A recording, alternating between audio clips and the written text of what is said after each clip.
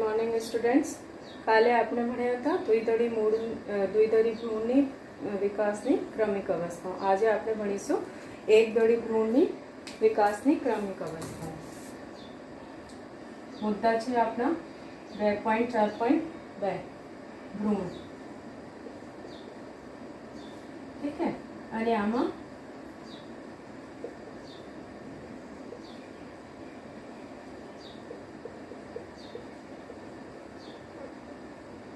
એકદળી ભ્રૂણના વિકાસની ક્રમિક અવસ્થા, ઠીક है। તો પશ્ચફલન ઘટનાઓમાં પહેલા જોઈ લીધા હતા કે આ એક સંરચના છે। આ શું છે? આ જે બધું ઓવ્યુલ અંડક બનાવીને નથી દેખાતી, ડાયરેક્ટ જ કહું કે આ શું છે? ફલિતાંડ। કાલના વિડીયોમાં તમને સમજાવી દીધા કે ફલિતાંડની જે પોઝિશન છે એ કઈ જગ્યા છે। તો આ તો માઇક્રોપાઇલર અંડકશિદીય તલ તરફ છે। તો એટલે હવે ડાયરેક્ટ જ કહું કે એકદળી ભ્રૂણમાં કેવી રીતે વિકાસ થતા હોય, તો આ છે ફલિતાંડ। ફલિતાંડમાં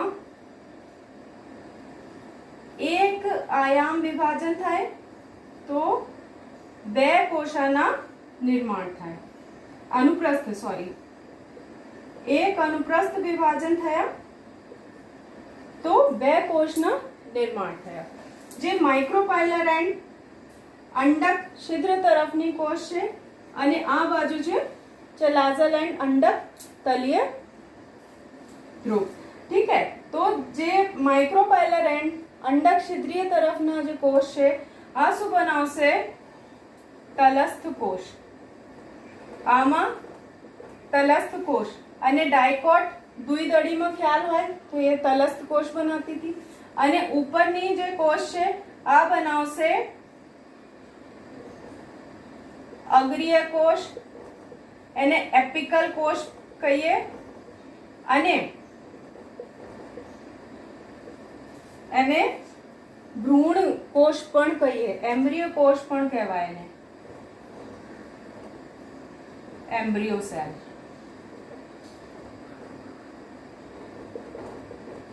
तो घणी बुक में एम्ब्रियो सेल लख्या छे, घणी बुक में अग्रीय कोष एनु नाम आप्या छे। तो बंनेमांथी कोई एक तमे यूज करी शको, ठीक है।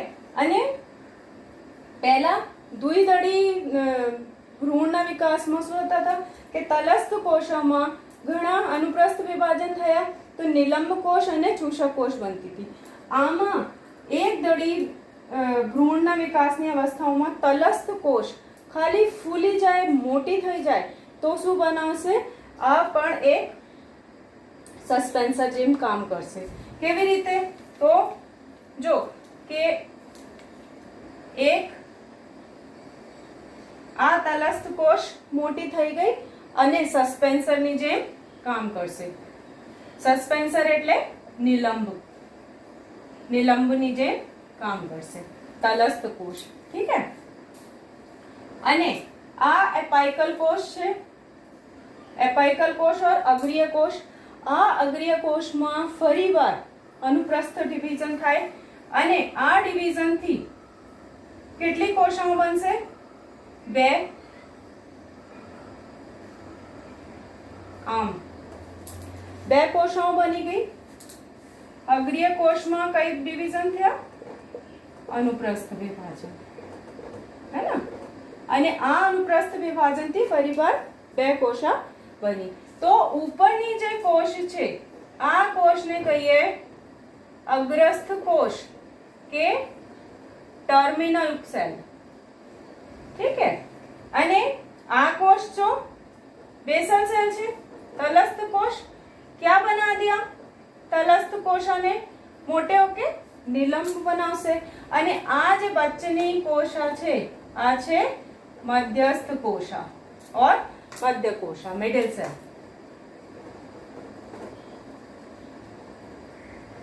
हवे एक दळीमां जेटला पार्ट होय के प्रकांडाग्र है ना, प्ल्यूम्यूल, रेडिकल, भ्रूणमूળ के बीजा कोई पण पार्ट होय આ પાર્ટ ક્યાંથી બનશે? મધ્ય કોશામાંથી. અગ્રસ્ત કોષ શું બનાવશે? બીજપત્ર. આ ભાગ શું બનાવશે? બીજપત્ર. ઠીક હે. અને બાકી બધા જેટલા ભાગ છે આ કોણ બનાવશે? મધ્ય કોશા. અને નિલંબના કામ શું છે? આ ખોરાક જેટલા સંચિત પોષક તત્વ છે ભ્રૂણ કોષને, તો એને ડ્રો કરી અને કોને આપશે? વિકસતા ભ્રૂણને આપશે. આ બધું કામ છે. તો કેવી રીતે બનતા હોય? તો આ પાર્ટ જે છે અગ્રસ્ત કોષનો ભાગ ઝડપી ડિવિઝન પામી જાય અને આમ કરીને મોટા થઈ જાય. અને આ પાર્ટ જે મધ્યસ્થ કોષ છે એ શું કરશે? તો આ પાર્ટ આમ કરીને બહાર નીકળી આવશે. કેવી સંરચના દેખાશે? આ રફ ડાયાગ્રામ કરું આમ.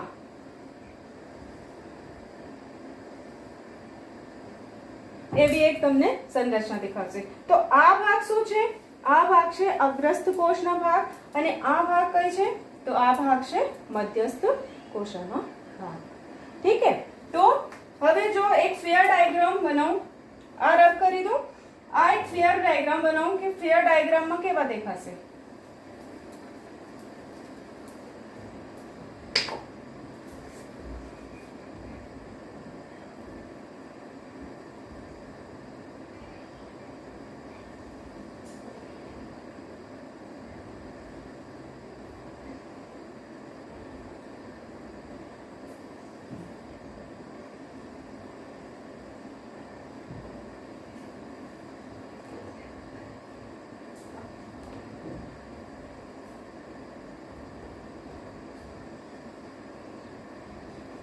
આ જે છે, અચ્છા પહેલા પૂરો કરી દો ડાયાગ્રામ.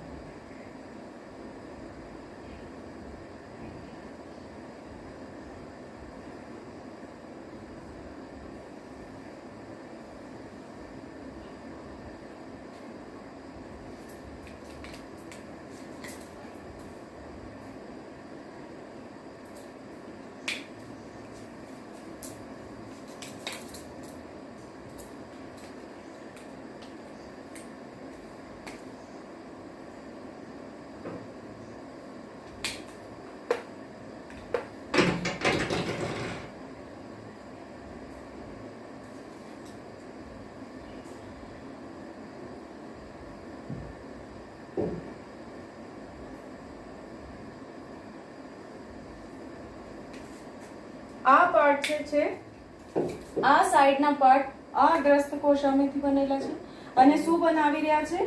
એ છે બીજપત્ર. ઠીક હે. અને આ બીજપત્રમાં આ બીજપત્રને બીજપત્ર નથી બલકી એક દળી વનસ્પતિમાં એને કહીએ વરુથિકા. વરુથિકા એટલે શું? એના બીજપત્ર છે. હવે તમે જો કે આમાં કેવલ એક જ બીજપત્ર છે અને એક જ બીજપત્ર છે એટલે એક દળી. ઠીક હે. અને આ પાર્ટ શું છે? આ પાર્ટને કહીએ ઉપરી ભ્રૂણાવરણ.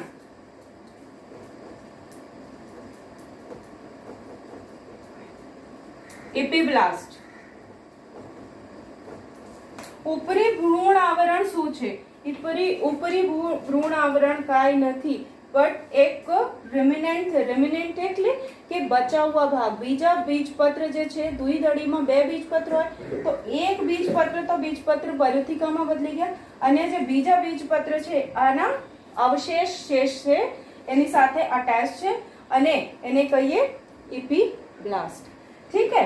હવે આ બાજુ આવી જાઓ કે આ બાજુ ये સૌથી નીચેનો ભાગ શું છે? તો એ કહેવાય પ્રરોહાગ્ર ઓર પ્લ્યુમ્યુલ.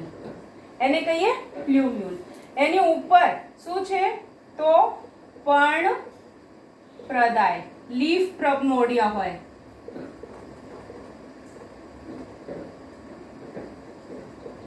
એની ઉપર હોય લીફ પ્રિમોડિયા અને એને કવર કરતા એને આવૃત કરતા કઈ ભાગ છે? તો ભ્રૂણાગ્ર ચોલ. એને રબ કરી દો. આ સ્ટ્રક્ચર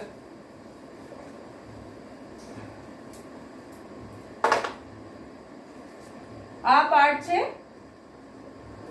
ભ્રૂણાગ્ર ચોલ. ઠીક હે. અને નીચેની બાજુ આ જાઓ અને આ ધરી શું કહેવાય? આ સંપૂર્ણ ધરીને કહેવાય ભ્રૂણ ધરી. આ સંપૂર્ણ ધરીને કહેવાય ભ્રૂણ ધરી. ઠીક હે.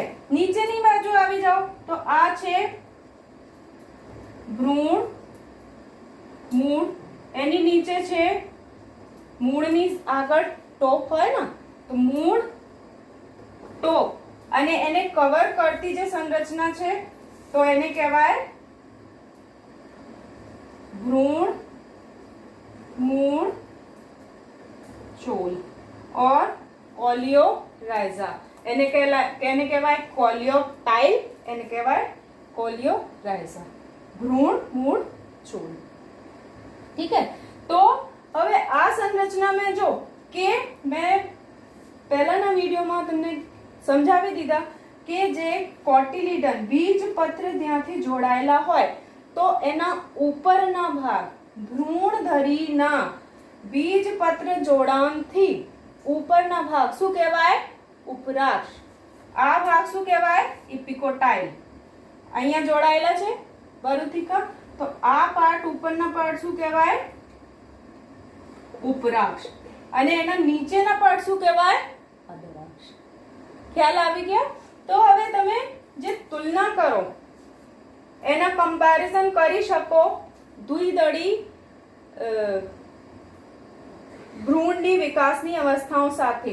તો આ જે એક નવા પાર્ટ ભ્રૂણાગ્ર ચોલ તમને એક દડીમાં જોવા મળે છે પર દ્વિદળીમાં જોવા મળતા નથી, અને ભ્રૂણ મૂળ ચોલ પર તમને જોવા મળે નહીં.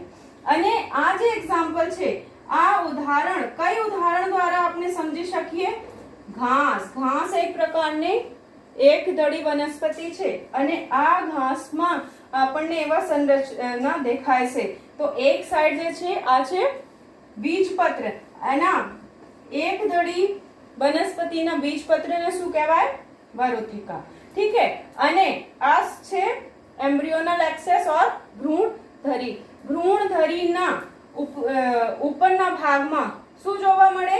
પ્લ્યુમ્યુલ, પ્રરોહાગ્ર. પ્રરોહાગ્રને આવૃત કરતી અમુક પર્ણ પ્રદાય લીફ પ્રિમોડિયા, અને એને આવૃત કરતા ભ્રૂણાગ્ર ચોલ.